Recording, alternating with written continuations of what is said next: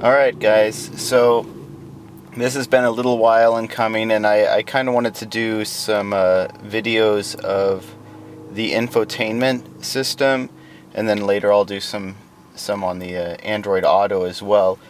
But these are just my overall impressions of the interface so far. There have been a few other videos on this online. One guy, I can't remember, I believe his name is Alex, from the Tesla forums, actually did a pretty good review of the interface, and I haven't actually had a chance to mess around with the Tesla interface, so I can't really say how they match up, but I do have my own impressions of this, and it's one of the areas where I think GM, has the most the largest area of improvement, or the largest improvements I think could be made right now to their interface. Some of it is I think fine, and then some of it I think could just be improved significantly. Before I even get into the interface, though, I did want to say something about the physical controls. I do actually like, the fact that you have a sport mode here. Some people might say it should always be on. Maybe, maybe not. Some people might not like that aggressive of a mapping for the accelerator. Traction control is easy to find, and hazard lights are also easy to find. Having a physical control over these buttons, I think, is fine. The music and the volume setting, I think that's important, as well as the heater controls. Now, something that was mentioned in that Tesla video, and I do agree, is this difference between having a physical control here for your climate control, and then having the touch screen. Yeah, I don't like that. Unless you're duplicating both, it doesn't really make sense to me. I guess having the heated seat option up here makes sense because it's a new feature that you toggle through. But yeah, I generally agree with that. I don't like having the two mixed. They should be one or the other. And I would have actually been fine with having all of the temperature and climate controls being physical buttons. We have 3 more button spaces down here. We could have easily put them all here, made a really big on button for climate control, and not even had to deal with that bar there. Open up some screen space too. Now I currently have this set as my home screen, my main screen, and this is a customized edit. So what they allow you to do is customize what you want your home screen to look like. And this is one of the areas where I think they can improve a lot. So right now I have my energy since last fall. This is all of my energy information. If I want to, I can expand it, and it will take me to this screen. I can go through my breakdowns, or I go back here, and this just brings me right back into the energy screen as well. So having that there is fine, but this is one of the features I don't even know why it's here. A clock, a digital plus analog clock, when you already have a digital clock at the top that's hard set. I don't even know why that's a feature. Obviously having audio controls up there, that's fine. You want to see what's playing, what's not playing. They're duplicated down here, but at least you can, with digital media, it's playing. The other thing is a charge status. I don't know that that's necessary. Telling you whether you're charging or not, why would you have that on this screen? It doesn't make sense to me.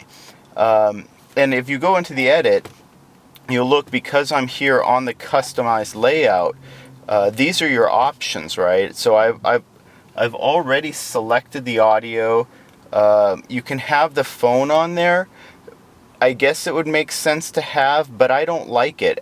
What happens is, when you press and expand the phone option, it automatically dials the last number that was there.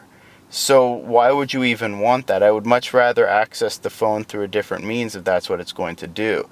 You have the charge settings, which I think is equally unnecessary.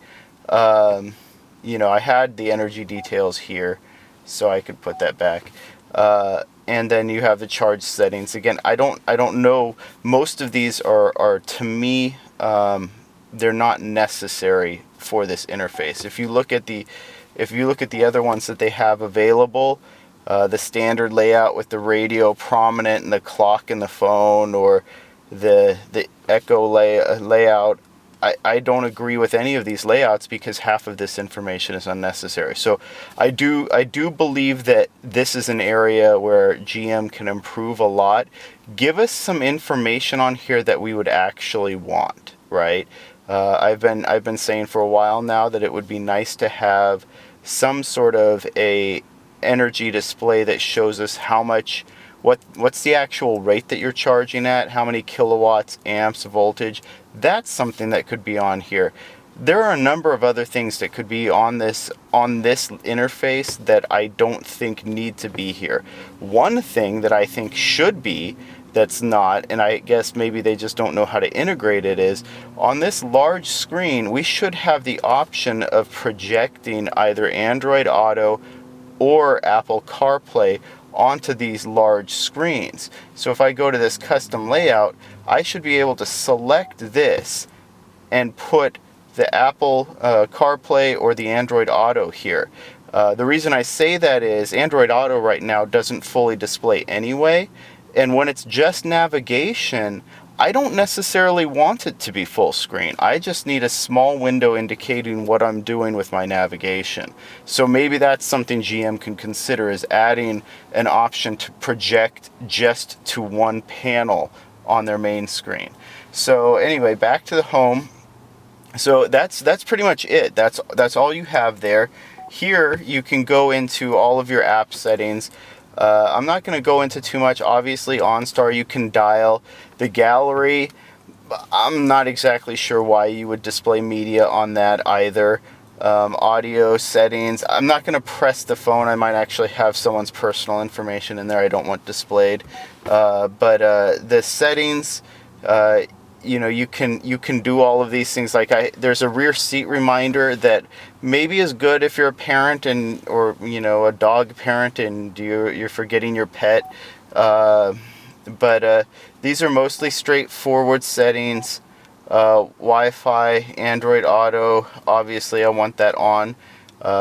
So an USB auto launch, I want that on, so when I plug my phone in, it will automatically sync up. But yeah, these are just some of the basic features. Actually, I haven't looked at the software information yet.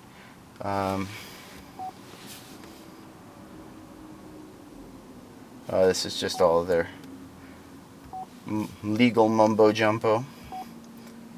So yeah, that's pretty much it for this display. It's not all that much involved in it. You can listen to your tunes or whatever, but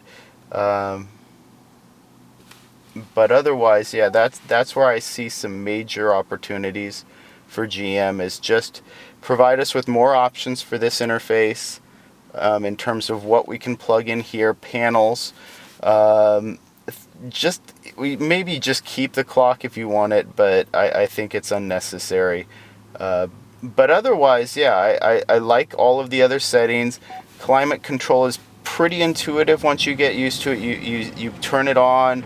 You can just go, even if it's off, the hard set buttons will, okay, I want max defrost now, and then it will kick it back on, and then you get to adjust whether you want heat, whether you want cool, those sorts of things.